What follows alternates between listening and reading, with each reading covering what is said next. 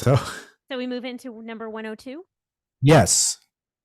Okay, so this is another song, much like K Rock decided not to play the single. This song wasn't necessarily a single. This is the first of two songs by Billy Idol, and the song is called "Soul Standing By." Do we like? I loved this song. Go Love. ahead. Sorry. Okay, go ahead, say it.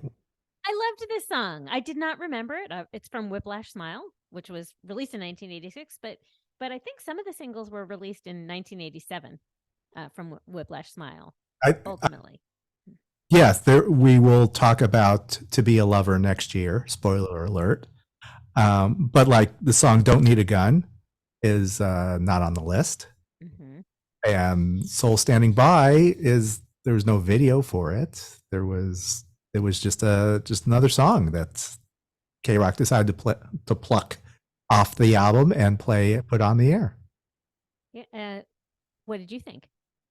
Oh, I liked it. It's it's I mean it is quintessential Billy Idol. It's Yeah. I mean it's got all Billy on there. It was funny because I was looking at this album came out this new what's the name of the album that It's from Whiplash Smile. Whiplash Smile came out in 1986. The album before that came out in 1983, Rebel Yell. I was like, oh, was there 3 years between albums? But as you look at the charts, Billy Idol was constantly on the K Rock charts in in 83, 84, 85. They were still playing a lot of Rebel Yell and releasing singles from that. So I think that's probably why there was a delay in because normally 3 years is a lifetime, especially back then. But Billy was he was developing his career, Yeah. building it up for when this new one, Whiplash Smile, came out.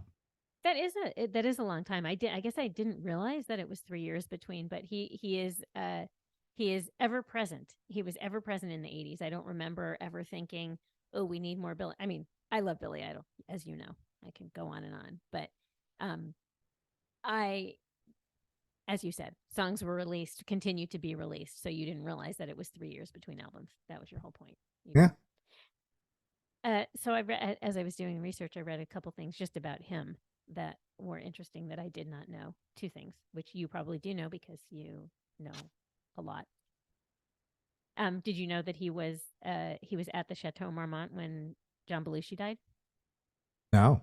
Yeah, he had torn apart a room. He did because he discovered, I guess, at so this happened in 1982. It did not happen in 1986, but he was staying at the Chateau Marmont. He woke up at 3 a.m. and he found there was nothing to drink, so he destroyed the room. And so the police did come, and he was naked when he surrendered, but he learned later that the police didn't actually come for him. They actually came for John Belushi. Gotcha. Wow. Tragedy. And also, this is much later. This is 2020. So have you ever heard about this? The Billy Never Idols campaign? Tell me. This is so cool. I remembered hearing something but didn't know what it was.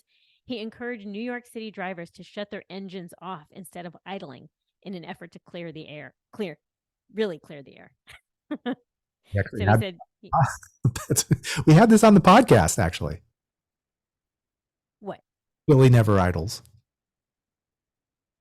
I put it on there. I mean, a few years ago. It's been on here before, but that's okay. Holy shit! I hope you edit that whole thing out. Okay, so that's why I remember hearing it, but I didn't remember what it was. Yeah, my God. We talk about it. That's funny. Okay, well, but don't embarrass me. But did you know this year, 2023, Billy Idol got his star on the Walk of Fame? He did. I love the love Billy is receiving, and that we saw him recently at Amoeba Records. Thank you, courtesy of Dave. We saw him perform live. He and Steve Stevens are awesome. They have in their way adapted to the times. They're still putting out great music. I really enjoy his new stuff. Yeah, very good. So yeah, if you want to see his star, he is right by Amoeba Records. So he's right there. I know the Red Hot Chili Peppers got one last year. So all our 80s favorites are getting their recognition.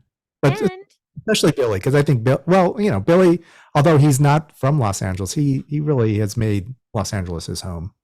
as we talk about often, people who you think, well, he's not from LA because of his accent, but you feel like people are from here because they're just synonymous with our city.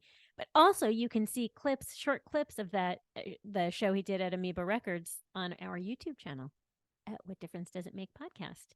Good tip. Yes. Yeah, especially check out Eyes Without a Face. That seems to be one that people really like a lot.